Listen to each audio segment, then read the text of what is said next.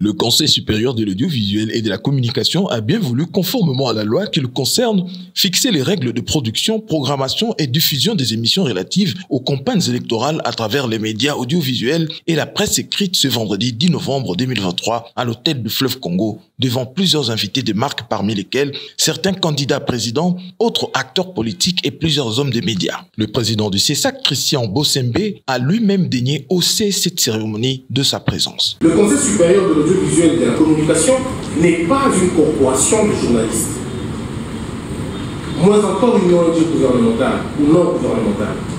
Nous ne sommes pas un groupe de pression, nous ne sommes pas dans l'opposition, nous ne sommes pas non plus un appendice du gouvernement. Nous sommes par essence indépendants et c'est l'objectivité qui caractérise davantage notre travail. Nous régulons le contenu médiatique. Nous veillons à ce que le média ne soit pas à l'origine du déchirement social ou de l'inanition de la nation congolaise.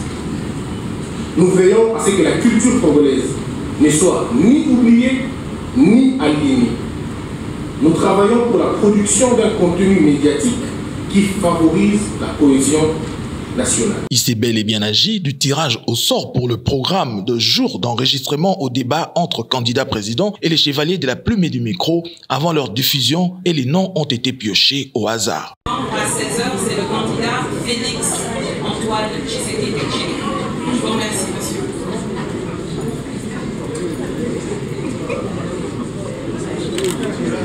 Il faut dire tout de même que 26 émissions de 90 minutes mettront tour à tour un candidat face à 4 journalistes sur un total de 12 qui vont former 3 panels éditoriaux. Les professionnels retenus pour cet exercice démocratique sont connus. Ils ont été nommément cités, parmi lesquels Christian Lusakweno de Top Congo, Willy Kalenga et de Géopolice Hebdo, Rachel Kichita de Actu 7, Thierry Kambundi, Israël Moutala, Myriam Boketchou et autres qui vont aborder 7 thématiques principales, entre autres la politique nationale, l'administration territoriale et les réformes institutionnelles, justice et droits humains, sécurité nationale et j'en passe. Bon, il faut dire que c'est une cérémonie à la soviétique.